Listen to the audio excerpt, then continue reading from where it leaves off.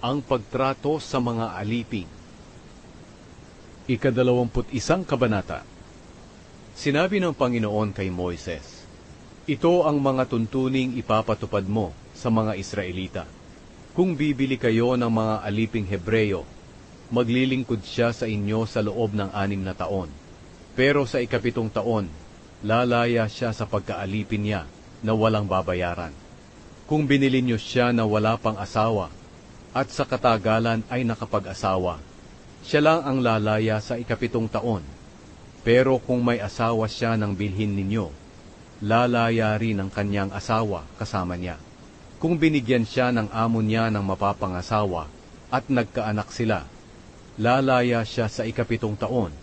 Pero ang asawa at ang mga anak niya ay maiiwan sa kanyang amo. Pero kung sasabihin ng alipin na minamahal niya ang kanyang amo, ang asawa at mga anak niya, at hindi niya gustong lumaya, dadalhin siya ng amo niya sa presensya ng Diyos, doon sa may pintuan o hamba ng lugar na pinagsasambahan. Bubutasan ng amo niya ang isa sa tainga niya, at magiging alipin siya ng amo niya magpakailanman. Kung ipagbibili ng isang tao ang anak niyang babae para gawing alipin, hindi siya lalaya sa ika-7 taon, kagaya ng lalaking alipin. Kung hindi masisiyahan ng amo niyang bumili sa kanya, pwede siyang tubusin ng pamilya niya dahil hindi pananagutan ng amo niya ang responsibilidad sa kanya.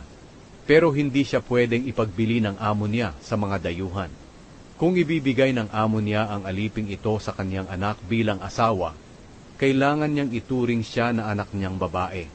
Kung gagawin niyang asawa ang alipin, at mag-aasawa pa siya ng iba pang babae, kailangang ipagpatuloy niya ang pagbibigay sa kanya ng mga pagkain at damit, at ang pagsiping sa kanya. Kung hindi niya masusunod ang 3 bagay na ito, papayagan niyang lumaya ang babae ng walang bayad. Mga kautusan tungkol sa mga krimen. Ang sinumang makakasakit ng tao at mapatay ito, papatayin din siya. Pero kung hindi niya ito sinadya at pinayagan ko itong mangyari, makakatakas siya sa lugar na ituturo ko sa kanya. Pero kung sinadya niya at plinano ang pagpatay, patayin niyo siya kahit na lumapit pa siya sa altar ko. Ang sinumang mananakit sa kanyang ama o ina ay papatayin. Ang sinumang dudukot sa isang tao ay papatayin, kahit na ipinagbili na niya o hindi ang kanyang dinukot. Ang sinumang lumapastangan sa kanyang ama at ina ay papatayin. Halimbawang nag-away ang 2 tao, sinuntok o binato ang kanyang kaaway at siya'y nabalda at hindi na makabangon pero hindi namatay. Ngunit kung sa bandang huli, makabangon at makalakad ang napilay, kahit na nakabaston pa siya, ang taong nanakit sa kanya'y hindi dapat parusahan. Pero kailangang magbayad ang tao sa kanya sa nasayang na panahon, at kailangan siyang alagaan ng taong nanakit hanggang sa gumaling siya. Kapag hinagupit ng tungkod ng sinuman ang kanyang alipin, lalaki man o babae, at agad itong namatay, parurusahan siya. Pero kung makakabangon ang alipin pagkalipas ng 1 o 2 araw, hindi siya parurusahan, dahil pagmamay-ari niya ang alipin.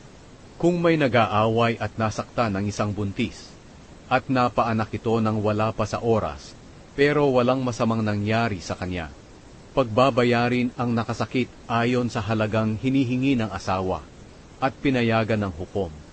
Pero kung malubha ang nangyari sa babae, parurusahan ang responsable, katulad ng nangyari sa babae. Kung namatay ang babae, papatayin din siya. Kung mabulag ang babae, bubulagin din siya. Kung mabungi ang ngipin nito, bubungiin din siya. Kung nabali ang kamay o paa, babaliin din ang kanyang kamay o paa. Kung napaso, papasuin din siya. Kung nasugatan, susugatan din siya. Kung nagalusan, gagalusan din siya. Kung sinuntok ng amo ang kanyang aliping lalaki o babae sa mata at nabulag ito, palalayain niya ito sa pagkaalipin bilang bayad sa mata na binulag niya. Kung nabungi niya ang ngipin ng kanyang aliping lalaki o babae, palalayain din niya ito sa pagkaalipin bilang bayad sa ngiping nabungi. Kung ang toro ay nakasuwag ng lalaki o babae at namatay siya, kailangang batuhin ang toro hanggang sa mamatay at huwag kakainin ang karne nito. Pero walang pananagutan dito ang may-ari ng toro.